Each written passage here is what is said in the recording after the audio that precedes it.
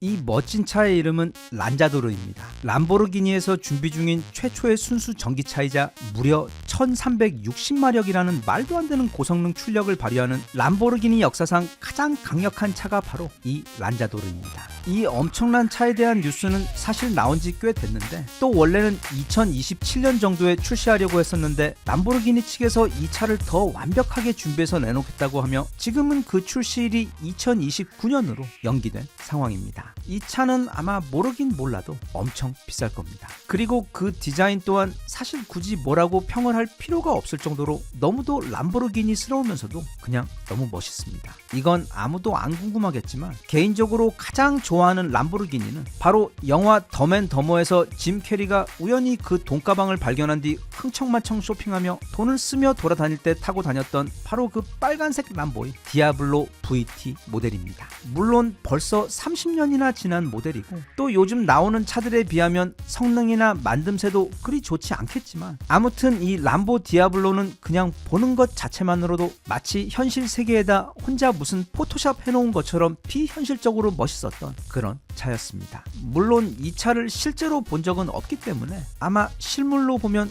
훨씬 더 멋지지 않을까 싶습니다. 이건 그 디아블로의 손잡벌 되는 바로 작년에 출시된 람보르기니의 가장 최신 모델인 레부엘토입니다. 할아버지인 디아블로의 모습도 여전히 많이 보이고 또 아빠인 아벤타도르 모델의 현대적인 날렵함도 많이 보입니다. 무엇보다 이제는 단지 12기통짜리 엄청난 엔진 외에도 전기 모터까지 더한 하이브리드 엔진을 가지고 있어 무려 1015마력의 힘을 발휘하는 괴물 같은 차입니다. 이미 레부엘토만 하더라도 이 지구상에서 이 차를 이길 차가 없는 상황인데 이 영상 앞에서 본 그 란자도르란 차가 바로 이 레부엘토보다 더 진보해서 나오는 람보르기니 최초의 순수 전기차 모델인 것입니다. 그런데 저희 채널이 자동차를 리뷰하는 채널도 아니고 또 사실 우리들은 이 람보르기니 같은 차와는 아무런 접점이 없는 사람들인데 이게 레부엘토가 나왔던 아니면 란자도르가 나오든 간에 그게 우리와 하등 무슨 상관이 있어서 이렇게 영상을 만드는지 궁금하신 분들이 계실 수도 있는데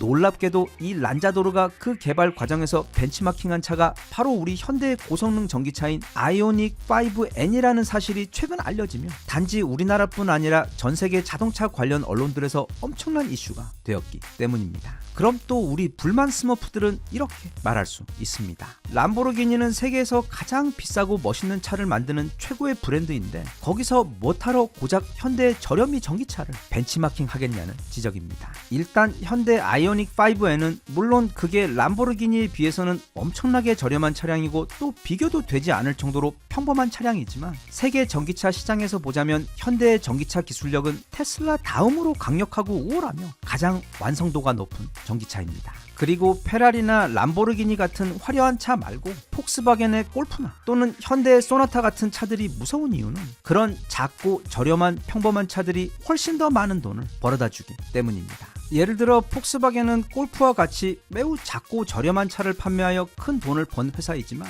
그 돈으로 옛날에 경쟁자 아우디를 사버린 후 또 1998년에는 그 유명한 부가티까지 사버렸으며 이후 람보르기니와 듀카티까지 사버린 후 최근에는 그 무적의 포르쉐까지 사버렸고 또 토요타의 경우 역시 지난 60년대부터 아주 작은 엔진과 저렴한 가격표를 가진 소형차들을 만들어 그걸 아주 많이 팔아 큰 돈을 벌어 지난 20년간 전 세계에서 가장 많은 돈을 버는 자동차 회사로 군림하고 있습니다. 그리고 우리 현대 역시 폭스바겐이나 토요타와 마찬가지로 일반인들을 대상으로 한 저렴하고 실용적인 차들을 만들어 커왔지만 그래서 그 겉모습이 화려하지는 않지만 지난 약 30년간 전 세계 3위 자동차 회사로 성장할 정도로 엄청나게 많은 돈을 벌었습니다. 그리고 물론 이 현대차의 경우 국산차에 대해서 거의 절대적인 충성도를 가진 철밥통 같은 우리나라 내수시장의 안정적인 매출도 크게 도움이 많이 되었지만 그 전설의 차 디자이너 피터 슈라이어 아저씨를 데리고 와서 현대차들의 디자인 수준을 한 10단계는 순식간에 높여버린 결정이나 또 제네시스 브랜드를 개발하며 벤틀리에서 일하던 디자이너들을 데리고 와서 제네시스의 실외 및 실내 디자인에서 어딘가 모르게 벤틀리 느낌이 엄청나게 나도록 만들어 그렇게 제네시스 로키스 브랜드의 고급스러움을 입혀 브랜드의 런칭과 성공을 매우 영리하게 이끌어냈던 부분도 있고, 또 거기에서 더 나아가 독일 BMW사의 고성능 차량 개발 부문의 수장이었던 우리 비어만 아저씨를 영입하여 단지 차량의 겉 디자인만 예쁘게 하거나 아니면 벤틀리 디자이너들을 데리고 와서 실내 디자인을 고급스럽게 하는 것에서 멈추지 않고 실제로 엄청난 고성능 차량을 만드는 것에도 상당한 투자를 진행해 결국 현대 N이라는 고성능 디비전을 만들어 전 세계 어디에다 내놓아도 절대 꿀리지 않는 최상급의 고성능 차량을 만드는 실력 있는 회사가 된 곳이 오늘날 현대차입니다. 그런데 여기에 더해 오늘날 이 현대차의 위상이 이렇게까지 높아진 데에는 또 한 가지 이유가 있는데, 그게 바로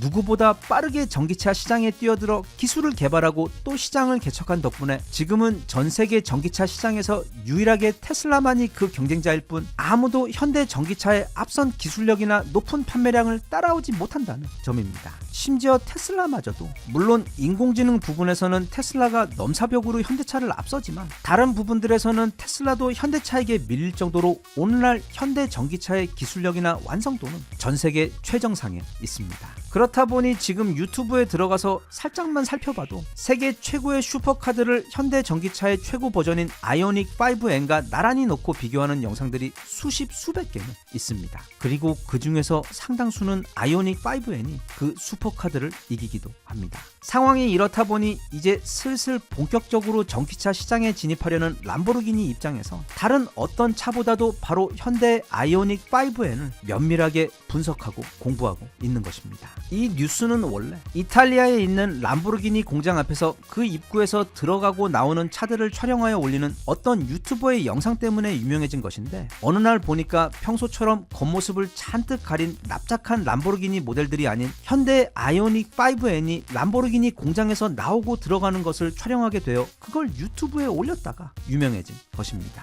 그러자 온라인에서는 아주 당연한 반응들이 이어졌는데, 즉 천하의 람보르기니가 고작 현대 전기차를 벤치마킹하기 위해 지금 공장에서 그걸 분석하고 있을 리가 없으며, 아마도 공장에서 일하는 노동자 중 한 명이 출퇴근용으로 타고 다니던 것이 촬영된 것일 거다 라는 의견이 줄을 이루게 되었습니다. 그런데 이런 이야기들이 오가는 상황에서 갑자기 여기 보이는 이 멋있는 남자, 마치 람보르기니가 인간으로 태어났다면 이랬다 싶을 정도로 근사한 독일 아저씨인 람보르기니의 CEO 스테판 윙켈만 아저씨가 갑자기 인터뷰에서 우리는 지금 란자도르 개발을 위해 현대의 아이오닉 5N을 가져다가 분석하며 벤치마킹하고 있는 것이 맞다며 깜짝 확인을 해줘버린 것입니다. 참고로 이 윙켈만 아저씨는 람보르기니의 CEO를 맡기 전에 무려 부가티의 CEO를 맡았던 사람으로 손대는 것마다 대박을 터뜨리는 유럽 자동차계의 마이더스 손입니다. 특히 그는 우리가 인터넷으로 많이 봐서 잘 알고 있는 람보르기니의 가장 성공적인 모델들, 그러니까 가야르도, 무르시엘라고, 아벤타도르, 우라칸, 그리고 최근에 나온 네부엘토까지 개발하는 것마다 엄청난 성공을 거두며 그의 경영 아래 람보르기니는 역대 최고의 성적을 매년 갱신하고 있는 중입니다. 그런데 그런 그가 자신의 커리어에서 가장 중요하게 여기는 것, 즉 그 성공의 연속인 자신의 그 람보르기니에서의 커리어의 활용 점정으로 보고 있는 것이 바로 람보르기니의 성공적인 전기차 브랜드로의 전환이며, 그리고 그 최초의 성적표가 될 모델이 바로 앞서 본 그 란자도르 모델입니다. 즉 이 윙켈만 아저씨에게 지금 그 어떤 모델보다도 더 중요한 것이 바로 그 람보르기니 최초의 전기차 란자도르 모델의 개발이고, 그는 그 란자도르 개발을 벤치마킹하기 위해 바로 현대차의 아이오닉 5N을 모델로 삼아 지금 바쁘게 연구 중에 있고, 특히 윙켈만 아저씨의 그 인터뷰 내용에 따르면 아이오닉 5N이 구현해낸 그 놀라운 전기차 기술력과 더불어 다른 전기차에서는 찾기 힘든 그 특유의 운전의 재미 요소를 깊이 분석하여 참고하고 있다고 합니다. 감개가 무량합니다. 한때 영국 자동차 아재들에게 바퀴 달린 세탁기나 만드는 나라라는 조롱을 받았던 한국이 이제는 무려 전 세계 3위의 자동차 브랜드로 성장했고, 나아가 미래 전기차 시장에서는 폭스바겐도 가볍게 제쳐버리고 테슬라와 함께 세계 1, 2위를 다투는 진정한 최첨단 기술까지 보유하게 된 데다 이제는 람보르기니 같은 세계 최고의 스포츠카 회사에서조차 대놓고 벤치마킹을 할 정도로 뛰어난 브랜드가 된 우리 현대차가 너무도 자랑스럽고 멋집니다. 우리 정주영 할아버지의 현대차, 앞으로 차값만 좀 덜 올리고 조립만 좀 더 신경 써주시면 이제 조만간 정말 세계 1위도 문제 없을 것 같습니다.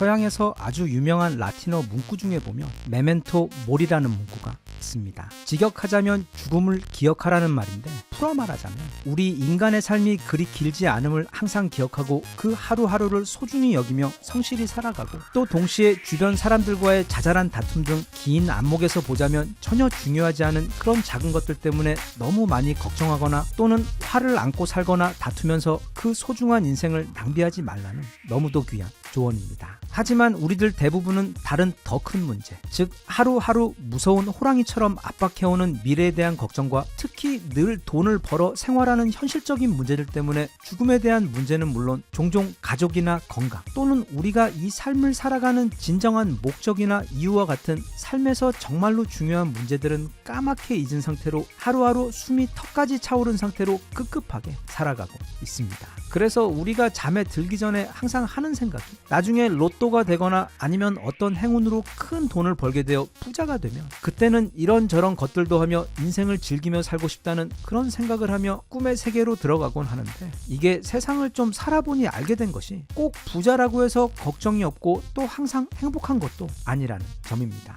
물론 돈이 가져다주는 편리함이라는 게 분명히 존재하긴 하지만 그게 절대로 만능은 아니라는 것, 또 한편 그 돈으로 인해 새로 생기는 문제들 또한 엄청나게 많다는 것도 엄연한 사실인데, 아무튼 그럼에도 누군가 경제적 자유를 얻은 다음 자신의 삶을 찬찬히 돌아보게 되면 좀 더 여유롭고 넓은 시각으로 이 삶이라는 것을 조망할 수 있을 듯 싶은데, 이 영상에서는 바로 그런 경제적 자유를 얻은 남자, 그것도 러시아가 가장 가난하고 폭력적이었던 그 시절 가난을 피해 미국으로 건너와 말 그대로 맨 바닥에서부터 맨손으로 자신의 삶에서 커다란 경제적 성공을 이룬 뒤 과연 이 삶에서 돈과 물질적 성공을 빼고 나면 무엇이 남는가에 대한 철학적인 고민을 한 끝에 자신이 깨달은 그 삶의 지혜를 한 권의 책으로 정리한 죽음은 통제할 수 없지만 인생은 설계할 수 있다의 저자 비탈리 카스넬슨의 이야기를 들어보려고 합니다. 앞서도 잠깐 설명했지만 그는 원래 러시아 사람입니다. 하지만 가난을 피해 어릴 적에 부모님과 함께 미국으로 건너왔고, 힘든 상황에서도 성실하게 노력한 끝에 투자 분야에서 탁월한 능력을 인정받아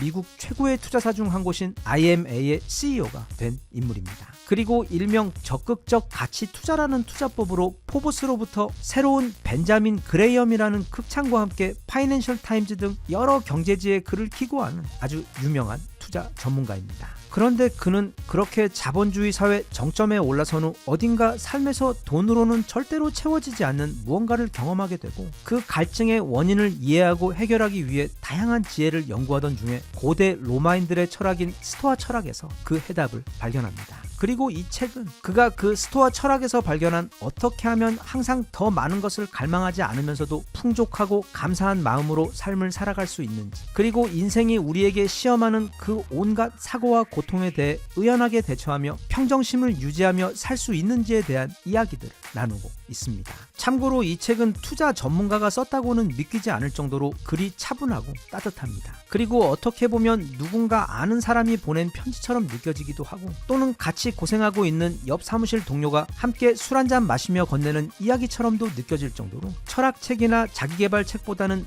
매우 쉽게 읽히는 한 권의 따뜻한 에세이집처럼 느껴지지만, 그 조용한 편안함 속에는 2000년도 넘게 살아남은 고대 로마인들의 강력한 철학 지혜가 꾹꾹 담겨 있어 매우 도움이 많이 되는 책입니다. 일단은 그 핵심이 되는 스토아 철학 부분을 중심으로 그가 전하는 조언들 몇 가지를 여기 옮겨보도록 하겠습니다. 먼저 이 스토아 철학이라는 것은 고대 그리스에서 제논이라는 사람에 의해 시작이 되었지만, 이후 로마로 전파된 후 에픽테토스와 세네카, 그리고 로마 황제 마르쿠스 아우렐리우스, 이렇게 세 사람에 의해 꽃을 피운 철학입니다. 스토아 철학의 핵심은 바로 절제입니다. 스토아 철학에서는 이 삶이라는 것이 피할 수 없는 고통이 가득한 곳이며, 또 우리 인간이란 존재들도 절제하지 않으면 그 탐욕과 방종이 절대 스스로 멈추지 못하고 결국 스스로를 파멸로 이끌 때까지 멈추지 않고 나아가는 매우 미숙하고 불안한 존재들로 보고 있기 때문에 큰 행복이나 유명세를 타는 것이 아닌 아무 일 없이 무탈하게 하루를 보내는 것에서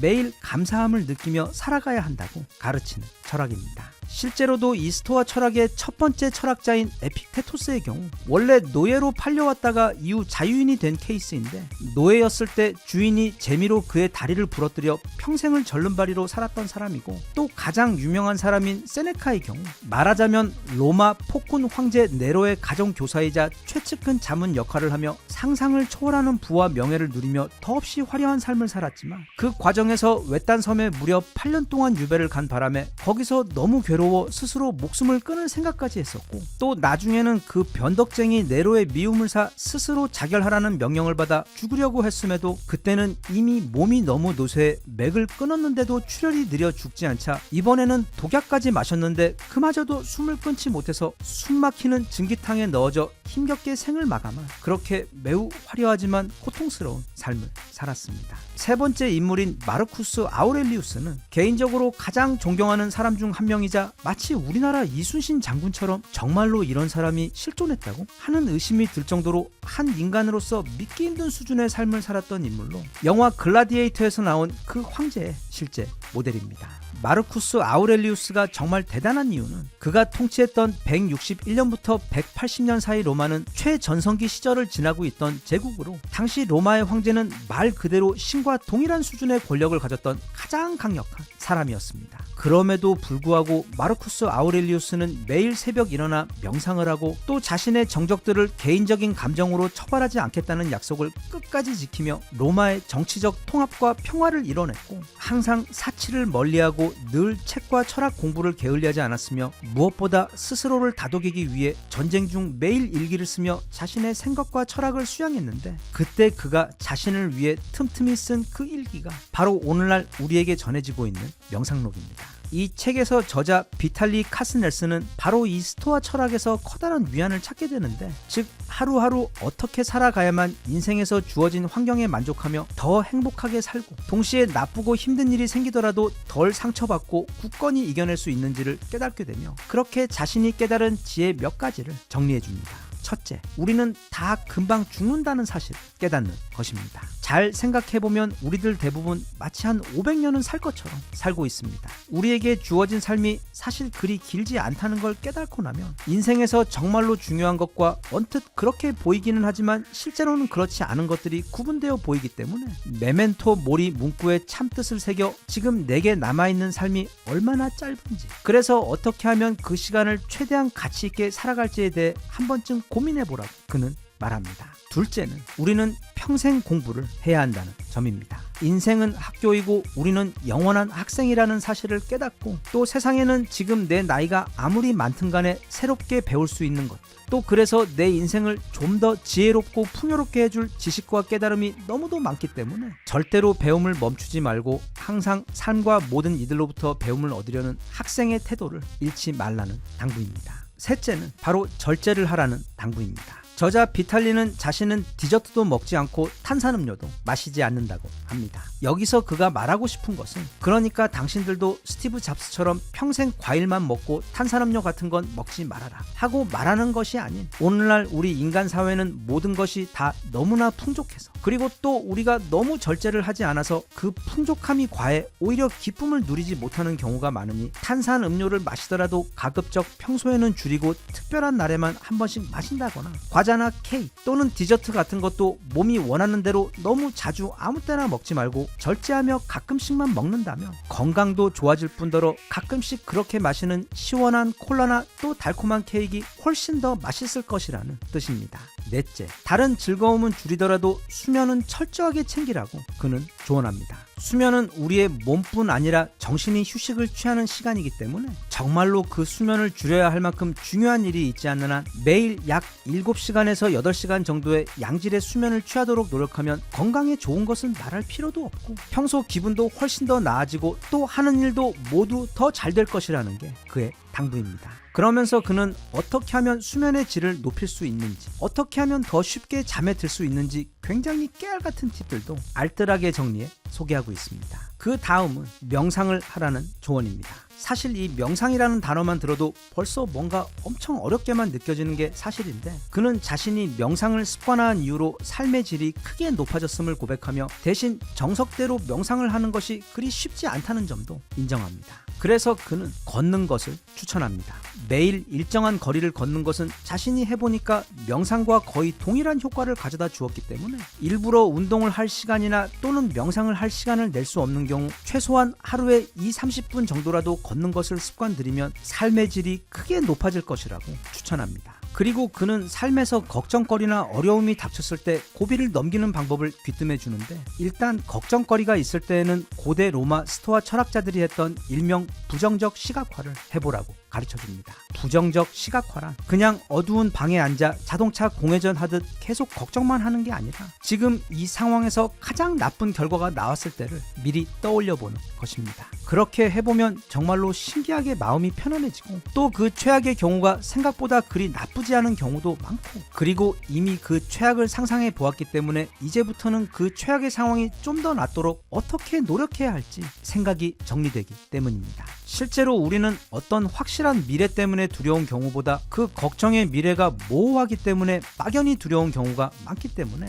자신의 두려움에 정면으로 맞서 그 최악의 상황을 상상해보고 거기서부터 하나씩 해결 방법을 찾아보려고 하면 마음도 덜 힘들고 또 더 지혜롭게 걱정거리를 해결할 수 있다고 로마의 철학자들의 지혜를 빌려 그는 조언합니다. 그리고 끝으로 그는 다른 사람들의 생각 따위에는 신경 쓰지 말라고 말합니다. 왜냐하면 다른 사람들이 나에 대해 어떻게 생각하는지는 내가 통제할 수 있는 것이 아니며, 또 동시에 그들이 어떻게 생각하든 그건 사실 나에게 아무런 영향도 없는 데다 무엇보다 내가 생각하는 것처럼 다른 사람들은 나에 대한 생각을 거의 하지 않기 때문입니다. 왜냐하면 다들 자기에 대한 생각을 하는데 너무 바쁘기 때문입니다. 그리고 무엇을 할 때 이것에 대해 다른 사람들이 어떻게 생각할지에 대해 너무 고민하게 되면 위축이 되어 내게 큰 의미가 있는 도전도 지레 포기하게 되는 경우들이 많기 때문에 어차피 인생은 짧고 그들도 나도 이제 곧 있으면 다 죽게 되어 이 세상에는 우리가 여기 잠깐 살았다는 것조차 기억하는 이도 아무도 남지 않을 것이기 때문에 내가 내 인생의 주인이 되어 다른 사람들의 생각에 지나치게 신경 쓰며 존재하지도 않는 문제로 스스로를 힘들게 하지 말고 타인에 대한 걱정이나 생각은 어느 정도 내려놓고 그 시간에 어떻게 하면 내 삶을 더 지혜롭게 그리고 더 행복하게 살아갈 수 있을까에 노력하라고 그는 당부합니다. 이 이야기는 다른 영상에서도 여러 번 했는데 제가 정말 좋아하는 평온의 기도, 즉 내가 바꿀 수 없는 것들에 대해 받아들일 수 있는 평온함과 내가 바꿀 수 있는 것들에 대해 바꾸는 용기, 그리고 그 둘을 구별할 수 있는 지혜를 달라는 그 기도문의 말이 바로 이 스토아 철학의 뼈대이자 핵심입니다. 죽음이란 건 우리가 어떻게 할 수 없는, 지금 이 순간에도 부지런히 오고 있는 미래의 사건이지만 대신 지금부터 그때까지 그 사이에 있는 모든 시간들은 온전히 우리의 것으로 우리의 노력으로 더 낫게 만들 수 있는 기회들입니다. 비록 2000년도 훨씬 더 지났지만 저자 비탈리 칼스넬슨의 이야기를 통해 고대 로마의 스토아 철학자들의 지혜가 우리들 가슴에 닿아 우리 모두가 절제를 통해 좀 더 풍요롭고 현명한 삶을 사는데 도움이 되었으면 좋겠습니다.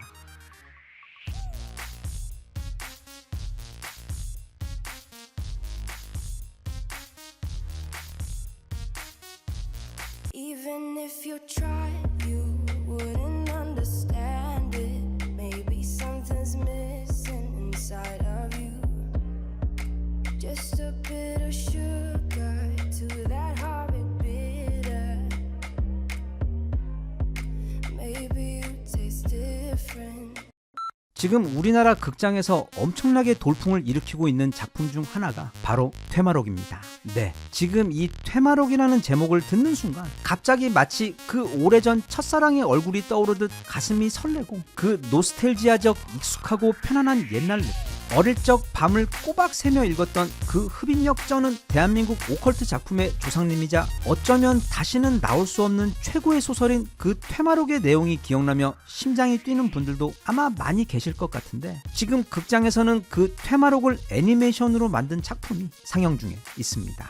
물론 이 퇴마록은 과거에도 한번 영화로 만들어져 그때 관객들은 물론이고 귀신들까지 다 도망가게 만들 정도의 실망스러운 기억 때문에 혹시 이번에도 또 그런 것이 아니겠냐며 의심이 들 수도 있는데, 이번에 나온 이 퇴마록 애니메이션은 어쩌면 우리나라에서 그동안 나온 모든 애니메이션 작품 가운데 또는 전 세계에서 나온 모든 오컬트 애니메이션 가운데 최고의 명작일 정도로 그 작품 퀄리티가 그냥 말도 안 되는 수준입니다. 긴 말 필요 없이 여기 그 하이라이트 장면 짧게 편집한 것 잠시 보고 다시 이야기 이어가겠습니다.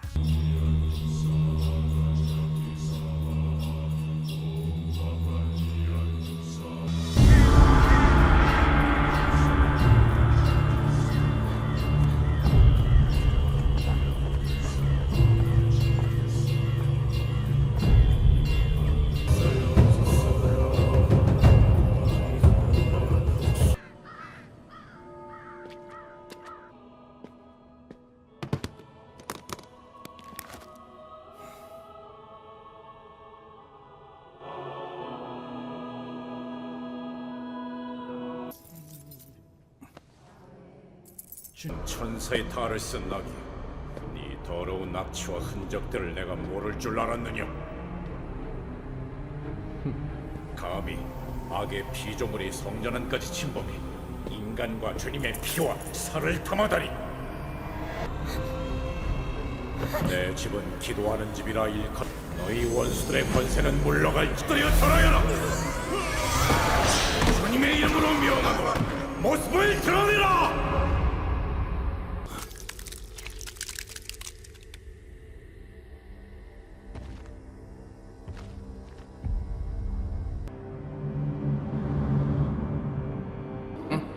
그래, 나 역시 너를 어떻게 잊겠나.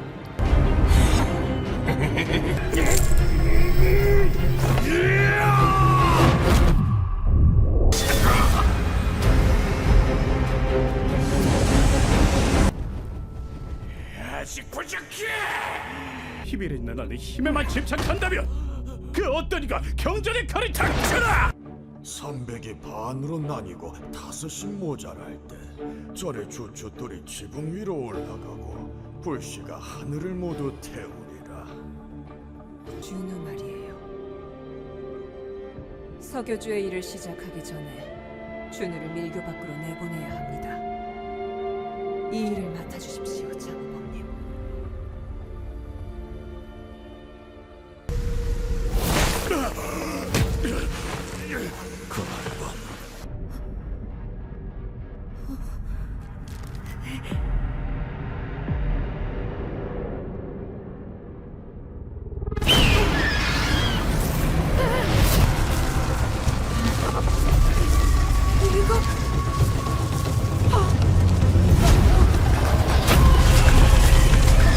있습니다. 직접 들어가서 말씀 전하죠.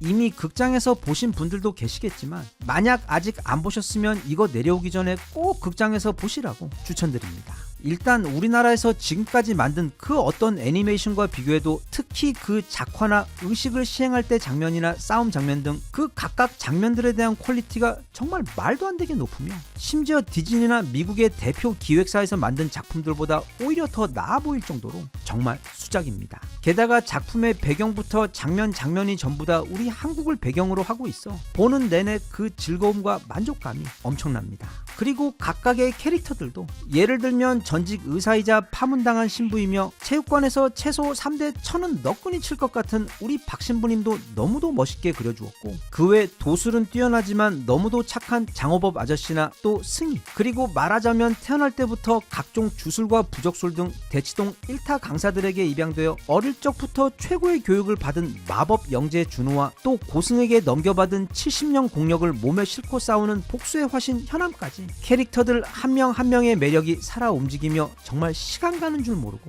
영화를 보게 됩니다. 작품의 러닝 타임이 비교적 짧은 85분인데 보는 내내 정말 그냥 이대로 시리즈로 화장실도 가지 않고 10시간도 볼 수 있겠다는 생각이 들 정도로 정말 너무 재미있어서 개인적인 바람으로는 이 다음 편은 넷플릭스와 같은 대형 OTT에서 과감하게 투자를 해서 한 20편짜리 시리즈로 제작을 해주셨으면 하는 바람이 간절할 정도로 정말 이 작품은 앞으로도 더 많이 보고 싶습니다. 그런데 이 퇴마록 애니메이션이 너무도 재밌고 또 매력적인 이유는 물론 그 작화나 스페셜 효과들도 정말 대단하긴 했지만 무엇보다 바로 그 원작의 스토리가 너무도 탄탄해서입니다. 개인적으로 다양한 장르의 국내외 소설들을 꽤 읽어본 입장에서 감히 평하자면 원작 퇴마록은 전 세계 모든 작품들 중에서도 정말 손에 꼽을 정도로 그 재미와 깊이가 압도적인 명작입니다. 이미 알고 계셨지만 시간이 너무 오래 지나 가물가물하신 분들 또는 너무 어려 아직 이 작품을 모르시는 분들을 위해 아주 짧게 설명을 좀 드리자면 이 퇴마록은 1993년부터 2001년까지 발표한 우리나라 최초의 초대형 오컬트 소설 시리즈입니다.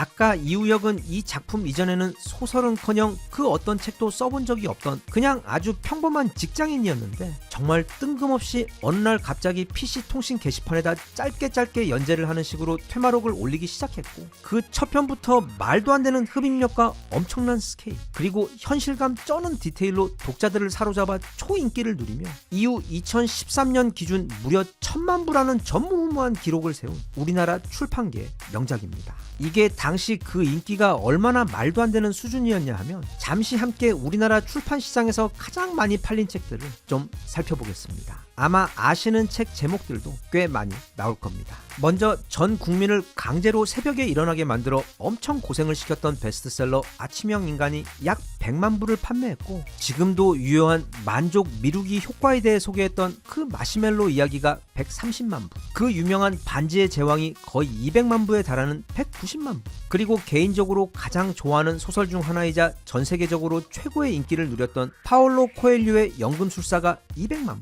전 국민을 부자 만들기 열풍에 몰아넣었던 그 유명한 부자 아빠 가난한 아빠의 경우 무려 300만 부를 기록했고 우리나라 최고의 대하소설인 토지가 360만 부, 최고의 몰입감과 긴장감을 주었던 소설 무궁화 꽃이 피었습니다가 무려 600만 부라는 말도 안 되는 판매량을 기록하며 사실상 일반 소설이나 작품으로는 도달할 수 있는 최고의 경지까지 도달을 했는데 이제 그 신의 경지인 무려 1000만 부의 고지에는 민음사에서 나온 세계 문학 전집을 모두 다 합한 것과 또 어릴 적 우리 고딩들의 성경이나 마찬가지였던 성문 기초 영문법 그 녹색 책이 1000만 부를 기록했으며 끝으로 바로 여기 소개하고 있는 퇴마록이 그 1000만 부 대기록의 주인공이었습니다. 그만큼 이 퇴마록은 우리나라의 다른 작품들은 물론이고 세계 어떤 소설 작품과 비교를 해봐도 그 재미부터 깊이 그리고 무엇보다 몰입감이 말도 안 되게 강력한 작품입니다. 그래서 개인적으로 어디서 다시 출간을 해준다면 가장 다시 읽고 싶은 작품을 딱 한 개만 꼽으라면 그건 정말 묻지도 따지지도 않고 퇴마록일 것입니다.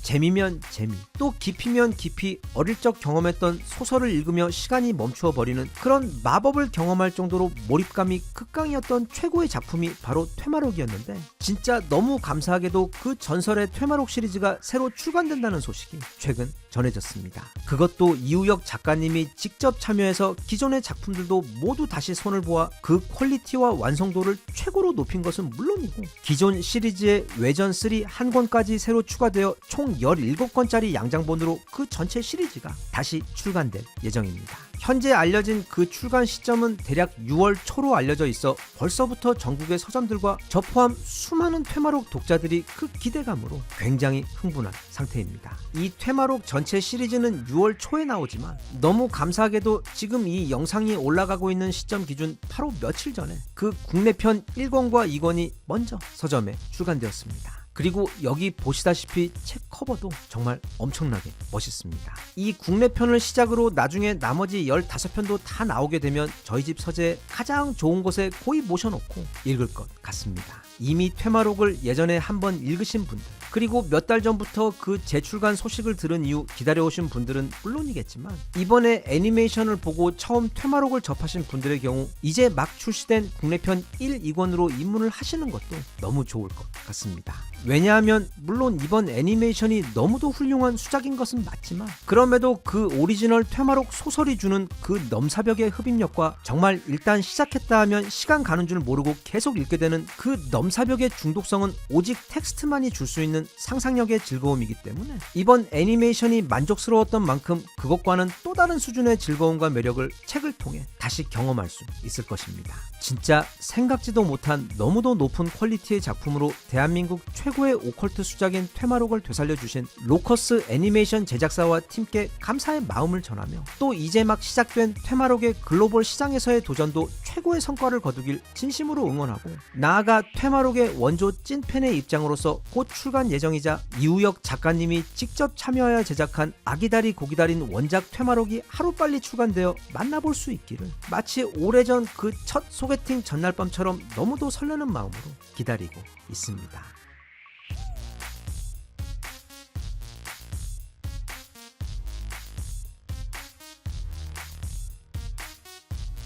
Even if you tried, you wouldn't understand it. Maybe something's missing inside of you. Just a bit sugar to that horrid bitter. Maybe you taste different.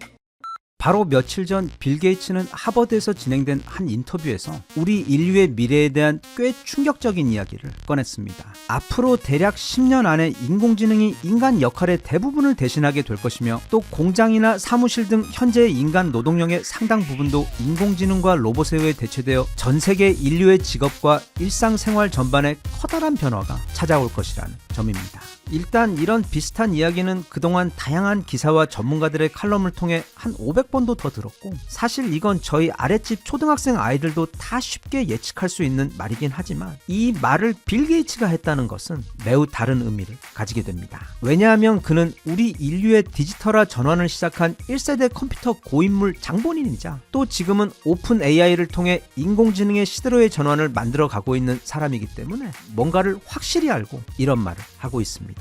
여기 그의 말에서 중요한 건 앞으로 10년 안에 일부분이 아닌 우리 인간의 역할 대부분이 대체될 것이며 또 직장과 공장의 일 상당 부분도 인공지능과 로봇이 그 자리를 대신하게 될 것이라는 말입니다. 다들 항상 느끼시겠지만 10년 금방 갑니다. 잘 상상이 안 가지만 그때는 완전히 다른 세상. 그러니까 공상과학 영화에서나 나오는 그런 세상이 실제로 찾아오게 될 것이라는 뜻인데 불과 몇 년 전 세상과 지금 2025년 4월의 현재 세상을 비교해 보아도 그 차이가 어마어마합니다. 인공지능은 이제 IT 기업의 프로그래머들은 물론이고 초등학생들도 숙제하는데 매일 사용할 정도로 마치 스마트폰 같은 또 다른 필수품이 되어가고 있고 또한 그 인공지능이 정신이라면 그 몸에 해당되는 로봇의 경우 역시 이미 상상을 초월하는 말도 안 되는 수준으로 발전하여 BMW 등 세계 여러 곳의 공장에서는 이미 로봇들이 인간의 자리를 대체하고 있고 또 테슬라의 로봇인 옵티머스 역시 올해 말부터 테슬라 자동차 공장에서 일을 시작하게 될 것이며 그렇게 우리가 인지하지 못하고 있는 사이 이 인공지능이 달린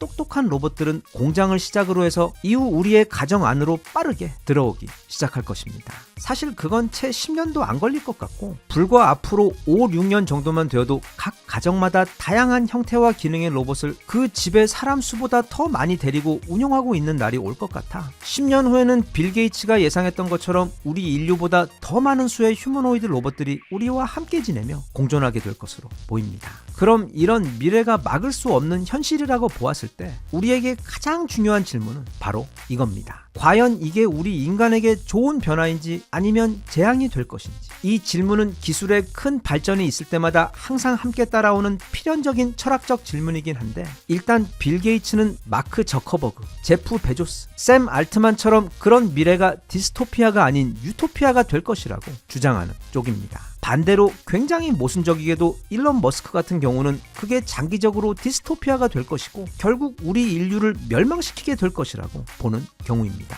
일론 머스크가 보길 곧 인공지능은 인류 전체를 다 합해놓은 것보다 더 똑똑해지고 전 세계 인터넷망으로 연결되어 전지전능해지는 시점인 그 특이점이 필연적으로 오게 될 것인데 과연 그런 인공지능이 자기 입장에서 볼 때 개미 정도의 지능밖에 없는 인간의 명령을 계속 따를 것이냐는 매우 타당한 질문이며 그때 가서는 도대체 인간이 무슨 능력으로 그런 인공지능을 통제할 수 있겠냐는 우려입니다. 그러자 마크 저커버그와 같은 반대파들은 인공지능의 능력을 조절하여 우리 인간보다 더 뛰어나지 못하도록 그 지능의 발전을 통제하는 방법에 대해서 이야기를 했는데 아니 그럼 우리 인간보다도 똑똑하지 못한 멍청한 인공지능을 만든다는 뜻인데 그건 약간 설명이 모순됩니다. 인공지능은 늦어도 10년 안에 그 특이점에 도달하게 됩니다. 그리고 그건 판도라의 상자를 열어버리는 상황이 될 것인데 그 이후에는 세상이 어떻게 될 것인지는 그게 빌 게이츠나 일론 머스크를 비롯해 그 누구도 감히 예측할 수가 없습니다. 직업만 봐도 10년 전 최초의 자동 응답 기능이 등장했을 때 전 세계 텔레마케터 중 99%가 1순위로 인공지능으로 대체될 것이라고 했지만 물론 지금 상당 부분 대체된 것은 맞지만 아직도 제 핸드폰으로는 내년에 50배 오른다는 그 가평의 땅을 사라고 전화 오시는 기획 부동산 회사 사람 아주머니로부터 전화가 오고 있고 반대로 인류의 언어는 번역하기가 까다로워 비교적 천천히 대체될 것이라는 전망과는 달리 지금 챗 GPT는 99%가 아닌 거의 100% 완벽하게 단지 번역만 하는 게 아닌 편집까지 해서 원문보다 더 뛰어난 글과 말로 번역을 해주고 있어. 사실 번역가분들의 직업은 이미 완벽하게 종말이 온 상황이기 때문에 그리고 또 능숙한 숙련자만이 할 수 있는 직업들인 높은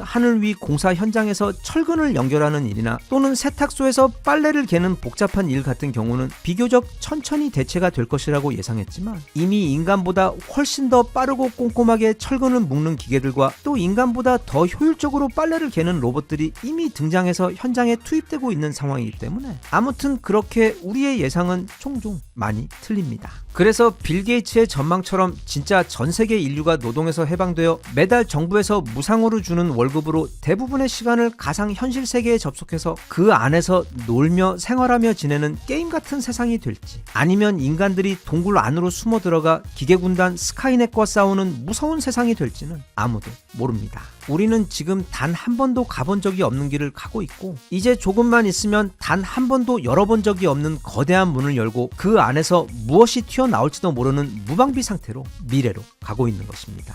미래라는 말은 알 수 없다는 뜻을 가진 한자 미, 즉 미스테리 할 때 쓰는 그 미와 온다는 뜻의 한자 레가 더해진 단어로 아직 우리에게 오지 않은 알 수 없는 세상을 뜻합니다. 네, 미스테리는 농담입니다. 그래서 미래는 늘 불확실하다 보니 기대와 불안이 공존하여 항상 수많은, 종종 서로 완전히 반대되는 전망들이 난무합니다. 그래서 많은 경우 비록 정확하지는 않지만 최대한 그 미래를 예상하고 준비하려는 노력은 재미있기도 하고, 또 한편으론 아직 가보지 않은 미지의 세계로 걸어 들어가는 우리 시간 여행자들에게 있어 의무이기도 합니다. 앞으로 10년 후 우리의 세상이 어떻게 될지에 대해 사실상 생각할 수 있는 모든 영역을 다 커버하면서 다루고 있는 책 10년 후 세계사 미래의 역습에서는 앞서 설명한 지금 무서운 속도로 발전하고 있는 인공지능과 이미 인간의 감정까지 표현이 가능해진 로봇 시장의 상황과 페이스북과 넷플릭스 그리고 쿠팡과 같은 빅데이터 기업들이 시장을 넘어 세계 패권을 두고 싸우고 있는 현장, 그리고 이제는 기업에서 국가로 그 범위를 넓혀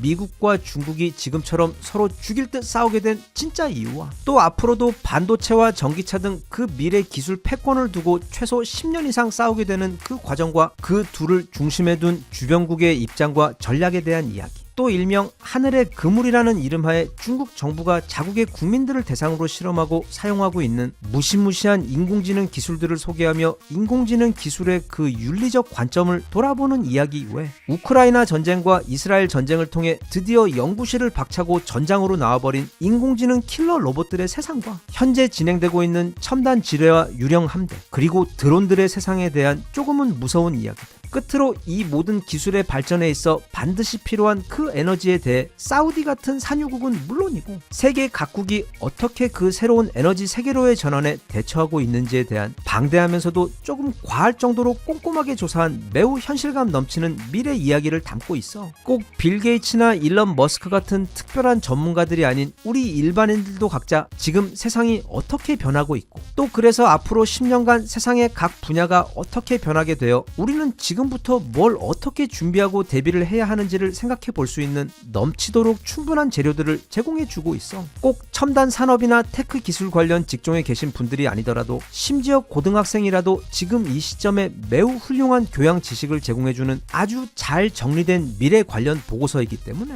관심이 있으신 분들은 꼭 한번 읽어보시길 추천드립니다. 끝으로 덧붙이고 싶은 말은 지금 돌아보니 10년 전의 전문가들이 10년 후 미래에 대해 했던 전망들, 아니면 100년 전 사람들이 100년 후 미래에 대해 했던 전망들 가운데 맞은 것이 절반 그리고 틀린 것도 절반 정도로 대략 그 정확도는 반반 정도 되는 것 같습니다. 그래서 우리는 그 전망들을 참고만 하되 미리부터 너무 불안해하고 걱정할 필요도 없고, 또 그렇다고 너무 손 놓고 나와는 상관없는 이야기라고 치부하며 어쩌면 내게 올 수도 있는 큰 기회를 놓치는 실수를 해서도 안 되며, 그래서 개인적으로 매우 좋아하는 영국의 역사가 토마스 칼라일의 말, 즉 우리에게 가장 중요한 임무는 너무 멀리 있어 희미하게밖에 보이지 않는 일에 대해 걱정하고 준비하는 게 아닌 바로 눈앞에 있어 지금 확실히 보이는 임무를 잘 실천하는 것이라는 그 말처럼 지금 당장 우리 눈앞에 있는 일상과 또 우리 사회와 우리 시대가 당면해 있는 그 현실적 과제들에 집중하고 잘 풀어가 먼 미래를 앉아서 전망만 하는 것이 아닌 우리의 오늘을 직접 우리 손으로 만들어가는 일에 더 집중하고 최선의 노력을 쏟는 것이 훨씬 더 중요하지 않을까 싶습니다. 참고로 개인적으로 인공지능이나 로봇들에 대한 기대는 별로 없는 편인데 대신 이 가상현실에 대한 기대는 너무너무 커서 어서 빨리 기술이 발전해서 현실보다 더 현실 같은 그 가상현실 속으로 들어가 특히 현실감 쩌는 전쟁 게임을 꼭 해보고 싶고 그 외 스카이 다이빙이나 아니면 마치 실제로 여행을 하듯 세계 곳곳을 여행해보는 신나는 경험을 우리 집 소파에 편하게 앉아 할 수 있는 날을 고대하고 있습니다. 인공지능의 출현으로 이제 거의 그 마지막 페이지에 다다르고 있는 듯한 이 현대 기술의 발전과 그 결말이 부디 우리 인간에게 우호적이었으면 좋겠습니다.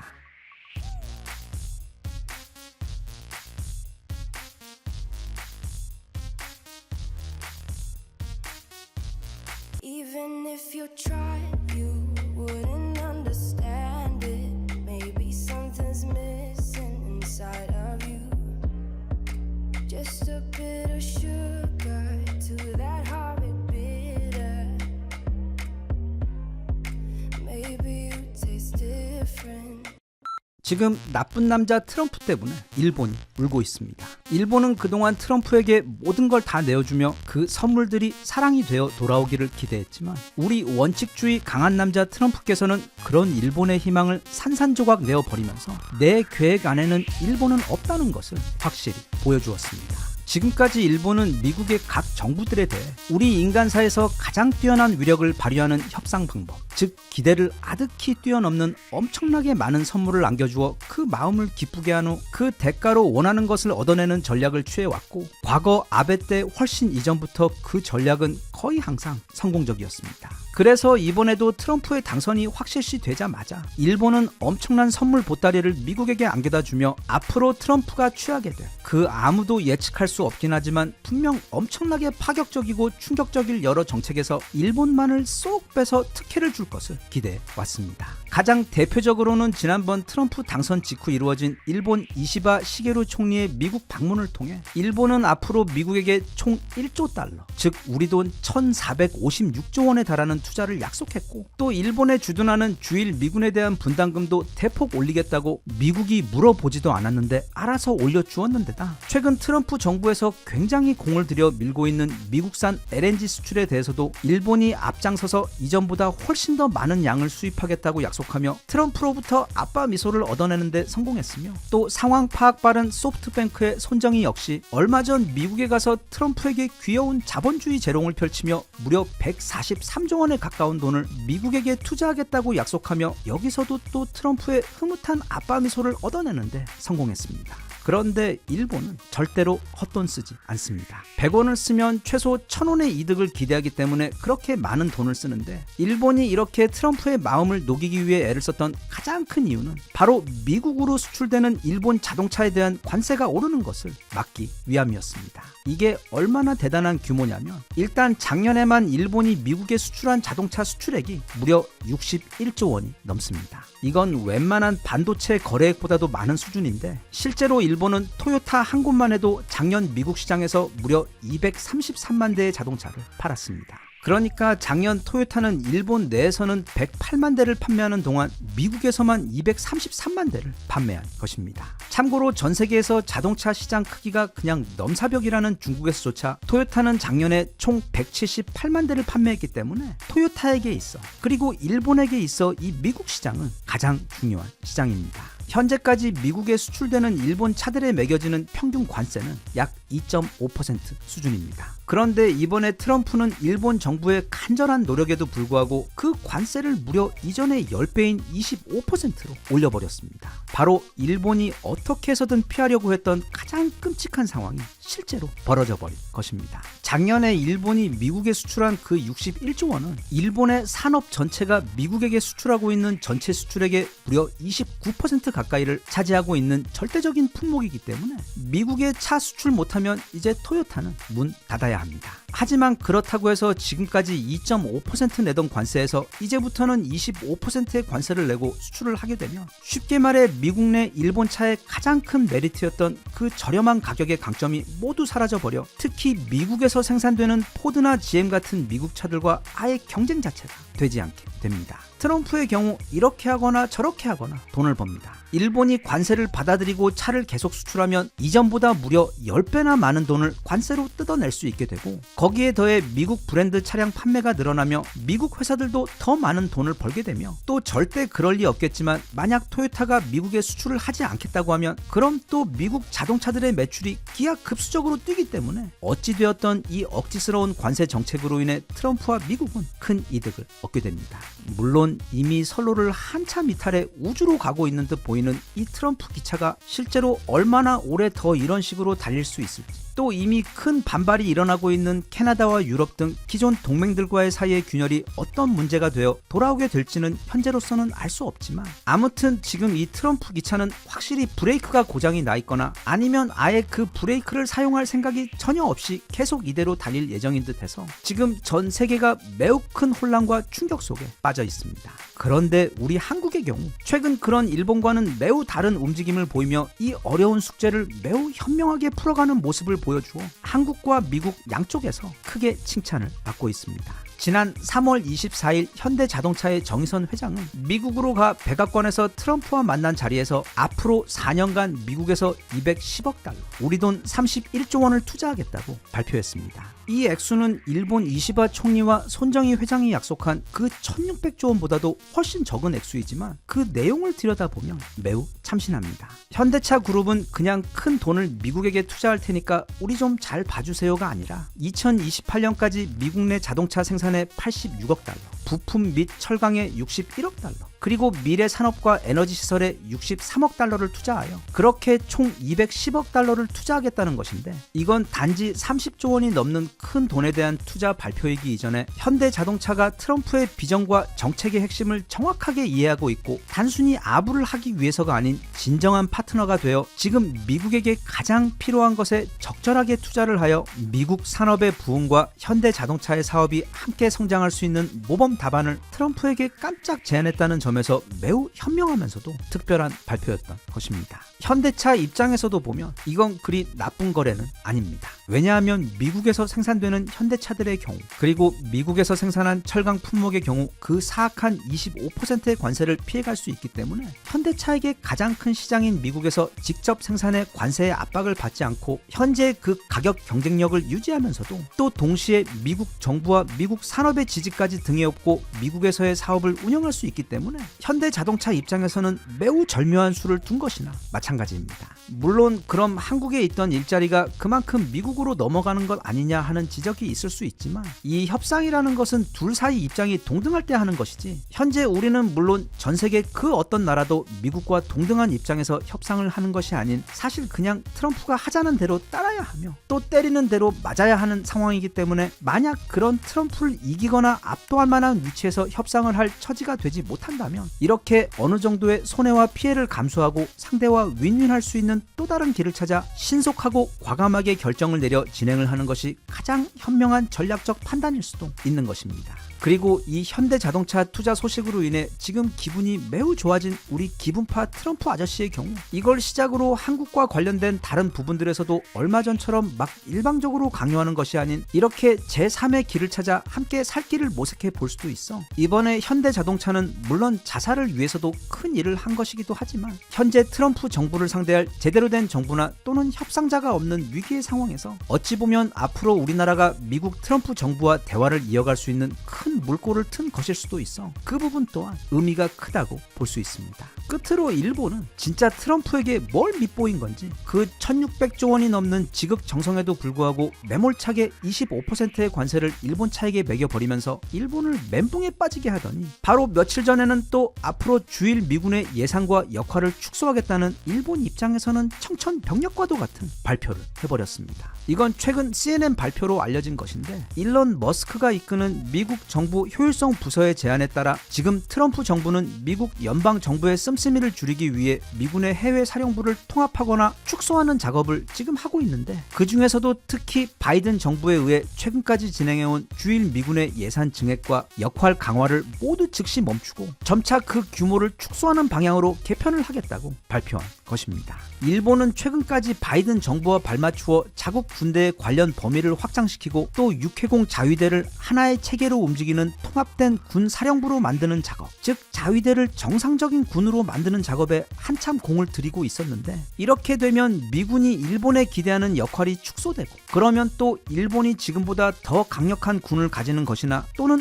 헌법을 개조해 정상적인 군이 되는 것을 지지하는 미국이나 세계, 심지어 일본 내 여론들도 힘을 잃게 돼요. 최근 급격하게 빨리 움직이며 몸집을 불리고 또 군 정상화를 시도하고 있던 일본의 입장에서는 그 모든 것이 무산되어 버릴 크나큰 위기가 지금 찾아온 것입니다. 그래서 일본은 요즘 이래저래 트럼프 때문에 아주 죽을 맛입니다. 우리 트럼프 아저씨는 공평합니다. 왜냐하면 그는 모두에게 불공평하기 때문에. 그는 고집불통에다 화가 난 7살짜리 꼬마처럼 폭군이긴 하지만 그게 항상 우리에게 나쁜 것만은 아닌 것 같습니다. 모든 상대에게는 약점이 있고 또 타협을 통해 모두가 이익을 볼 수 있는 묘수가 있듯이, 최근 현대자동차가 매우 현명한 전략을 통해 그 어려운 상황에서도 서로 윈윈하며 특히 아부가 아닌 실력으로 상대의 마음과 신뢰를 얻어낸 묘수를 찾아낸 것처럼, 지금 우리나라에게 남은 트럼프와의 남은 다른 모든 협상에서도 이렇게 현명한 태도로 최선의 결과를 얻어낼 수 있었으면 좋겠습니다.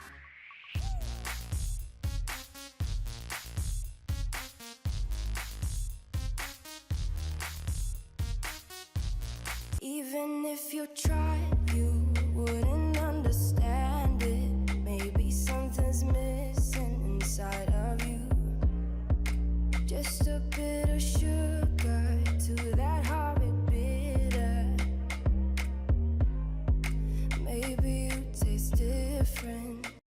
요즘 우리나라가 많이 시끄럽고 아픕니다. 그게 다 민주주의라는 소중한 가치를 지키기 위해 모두가 그렇게 하고 있는 것인데, 그런데 굉장히 의외로 고대 그리스에서 가장 지혜로웠던 대철학자 플라톤은 자신의 책 국가에서 우리 인간들이 함께 모여 살며 결국 이루게 되는 그 수많은 국가들의 형태들 가운데서 이 민주주의를 매우 열등한 형태의 국가 시스템으로 여기며 심지어 극도로 싫어하기까지 했습니다. 플라톤이 말하길 세상에는 총 5가지 형태의 국가가 있는데, 이 5가지 형태의 국가는 가장 높은 곳에서 조금씩 타락하며 그 다음 아랫 단계로 내려가며 형성된다고 그는 설명했습니다. 플라톤이 설명하는 가장 이상적인 형태의 국가이자 최고로 완벽한 정치체제는 바로 철인 정치로, 즉 그 어떤 자기 개인의 욕망도 없이 오직 전체의 이익만을 위하는 가장 높은 수준의 지혜와 도덕 수준을 가지고 있는 철학자 왕이 통치를 하는 국가이며, 이어서 두 번째로 좋은 것은 티모크라시로, 말하자면 고대 스파르타의 경우처럼 힘과 명예를 중시하며 엄격한 규율이 존재하여 부패가 없는 국가이고, 세 번째로는 올리가르키로,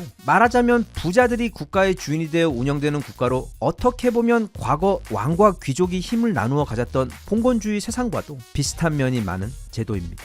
그런데 이때부터 본격적으로 부자와 가난한 자, 그리고 귀족과 평민들 계층 간의 갈등이 문제가 되기 시작합니다. 그래서 만약 여기서 국가가 더 붕괴되고 타락을 하게 되면 그제서야 등장하는 것이 바로 만인의 평등을 말하는 민주주의입니다. 플라톤은 이 민주주의에 대해 겉으로는 자유와 평등을 강조하고는 있지만 실제로는 군중의 무질서와 권력자들의 방종이 난무하며 그 애초 이상과는 달리 전혀 자유롭거나 평등한 국가가 될 수 없으며, 그래서 여기서 더욱더 국가가 타락을 하게 되면 결국에는 가장 나쁜 형태인 바로 티라니가 돼요. 즉 더 나은 자유와 평등을 빌미로 권력을 잡은 어리석고 타락한 독재자 폭군이 국가 전체를 지배하는 나라가 된다고 설명했습니다. 즉 플라톤의 이론에 따르면 오늘날 세계 대다수의 국가들이 이루며 살고 있는 이 민주주의라는 정치 시스템은 마지막에서 딱 두 번째에 있는 매우 열등한 국가 형태라는 뜻입니다. 그 아래에는 북한과 같은 독재 사회주의 국가만 있을 뿐이라는 뜻이며,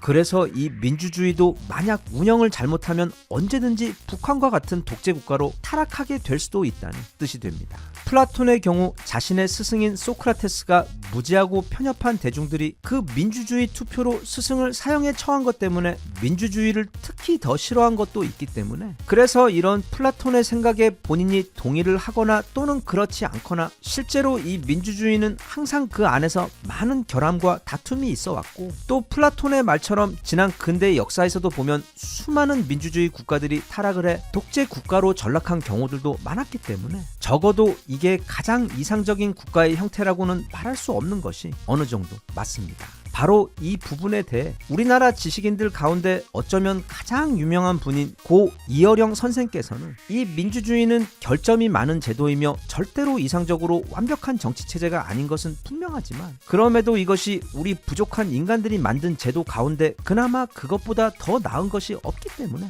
마치 가시에 찔리지 않고는 장미를 딸 수 없는 것 또는 죄를 짓지 않고는 사랑을 느낄 수 없다는 인간의 형벌처럼 어쩔 수 없이 채택하게 된 정치체제라고 그는 설명한 바 있습니다. 다시 말하면 이어령 선생님처럼 많은 공부와 지적 고찰 그리고 나라와 인간을 사랑하는 깊은 마음을 가진 분도 이 민주주의라는 제도가 어딘가 심각한 결점이 많은 제도라는 점을 인정하며 그럼에도 불구하고 그것이 우리가 가진 최고의 선택지이기 때문에 항상 싸우고 아프며 늘 그렇게 끊이지 않는 진통을 겪으면서도 어쨌든 그 안에서 최선의 답을 이끌어내려고 노력하는 것이 우리 모두의 사명이라고 친절하게 풀이를 해주신 겁니다. 지금처럼 세상이 혼란스러울 때 또 무엇이 옳고 그른 것인지 몰라 힘들고 괴로울 때 이렇게 사회의 어른이자 현명한 지식인이 오래 쌓아온 자신의 지혜와 또 연륜으로 상황을 정리해주고 조언을 해주면 어딘가 세상에 대한 관점이 다시 정리가 되고 인생의 방향이 잡히며 커다란 위안이 되곤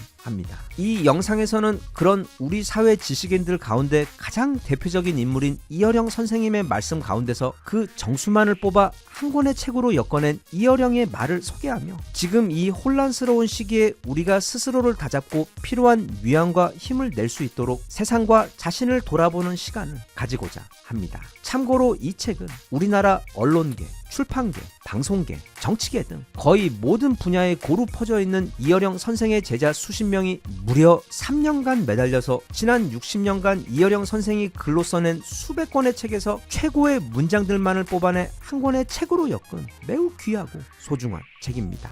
여기 별다른 추가 설명 없이 그 문장들 가운데 일부를 뽑아 최대한 원뜻 그대로 소개를 해볼까 합니다. 그가 우리에게 말하길 새로운 세계는 오직 죽을 만큼 괴로운 것들을 겪고 넘어서야만 만날 수 있다고. 그래서 그게 사랑이든 또는 국가든 간에 반드시 그 잉태의 괴로움이 있는 법이기 때문에 지금 겪고 있는 그 괴로움을 소중하게 생각하라고 그는 말합니다. 세상에서 가장 소중한 것은 바로 가족이다. 가족이 있기 때문에 우리 인간들은 자신의 욕망을 옆으로 미루고 타인을 위해 인내하고 양보하고 배려하며 스스로만이 아닌 모두의 행복을 위해 애쓰게 되는데 바로 그런 고귀한 사랑 때문에 우리 인류는 발전할 수 있었고 나아가 그런 가족 가운데 가장 큰 가족이 바로 국가라고 그는 설명했습니다. 그리고 그는 우리 인간은 결핍 덩어리 존재라고 말합니다. 독수리처럼 하늘을 나는 날개도 사자의 강한 힘과 이빨도 없고 추위 앞에서는 따뜻한 털을 가진 작은 토끼보다도 약한 존재가 바로 우리 인간이지만 또 한편 바로 그런 결핍과 불안정성이 있기 때문에 인간은 끝없이 고민하며 자신의 결핍을 보완해낼 기술과 문명을 만들어 가기 때문에 우리는 우리가 겪는 모든 결핍을 감사하게 받아들이고 동시에 그것으로 인해 내일은 오늘보다 발전할 수 있는 자신을 믿고 응원하라고 그는 말하며 비록 우리 인간들은 결핍투성이 불완전한 존재이긴 하지만 수만 년 전에 만들어졌던 어느 원시인의 동굴 무덤에서도 그 주변에 뿌려진 꽃의 흔적이 발견되었을 정도로 죽은 이를 위해 꽃을 뿌려 기릴 줄 아는 아름다운 마음을 가진 성스러운 존재 또한 바로 우리 인간이라고 그는 말했습니다. 세상에서는 종종 지식이 가장 대단한 것처럼 여기곤 하지만 또 지식은 기술이 되어 인간을 달나라까지 갈 수 있도록은 해주지만 정작 가장 중요한 문제인 바로 우리 인간의 마음의 문제는 절대 해결해주지 못하고 그걸 해결해주는 것이 바로 영적 성장이자 지혜라는 것을 기억하고 지식 이상으로 스스로의 영적 상태와 지혜의 갈구를 소중히 하라고 당부했습니다. 건축에서 가장 중요한 것은 바로 터라고 그는 말합니다. 아무리 좋은 집을 지어봐야 터가 좋지 못하면 행복이 머물지 못하는 법인데 우리 인간의 경우 내가 가진 돈이나 높은 지위와 같은 화려한 집이 아닌 그 사람의 마음 씀씀이 즉 영혼이야말로 내면의 터이기 때문에 항상 그 터를 잘 가꾸고 보존할 수 있도록 노력하라고. 그리고 나 자신의 내면에 있는 그 터야말로 낮에는 두껍게 화장을 하고 살지만 밤이 되면 집에와 그 화장을 모두 깨끗이 지워내고 마주해야 하는 여성들의 맨 얼굴과도 같은 것이라고 그는 조언했습니다. 이어령 선생은 우리 개개인이 일상을 살아가며 겪는 자잘한 어려움과 고통을 극복하는 데에도 매우 효과적인 조언을 전하는데, 예를 들면 무언가를 셈치라는 것입니다. 즉 우리말에 보면 도둑 맞은 셈, 술 마신 셈 또는 입장료를 낸 셈 친다는 말이 있는데, 이와 같이 살아가며 겪게 되는 여러 불행들에 대해 그보다 더 큰 화를 겪게 되지 않은 점을 감사히 여기며 더 나쁜 것에 비교해 그렇게 셈치며 스스로를 다독이라는 뜻입니다. 또한 불경에 보면 사고, 즉 네 가지 고통이라는 개념이 나오는데, 우리가 살면서 필연적으로 겪게 되는 네 가지 큰 고통을 뜻합니다. 바로 생로병사입니다. 그런데 이어령 선생은 그 네 가지는 고통이 아닌 바로 우리가 통제할 수 없는 것들을 뜻하는 것이기 때문에, 주여 내가 바꿀 수 있는 것들을 바꾸는 힘을, 또 내가 바꿀 수 없는 것들을 포기할 줄 아는 용기를, 그리고 그 둘을 구별할 줄 아는 지혜를 달라고 한 평온의 기도문의 마지막 구절처럼 인생에서 우리가 통제할 수 없는 것들에 어리석게 매달리지 않고 그대로 받아들이는 지혜를 구하면 많은 고통이 줄어들 수 있다고 그는 당부했습니다. 이어령 선생은 그 누구보다 우리나라를 사랑했고 특히 우리말을 각별히 사랑했던 분이셨습니다. 그래서 그것에 대해서도 많은 문장을 남기셨는데, 다른 나라들에서는 가방을 쓰지만 우리나라에서는 보자기를 쓰는데, 가방의 경우 그냥 담기만 하지만 이 보자기는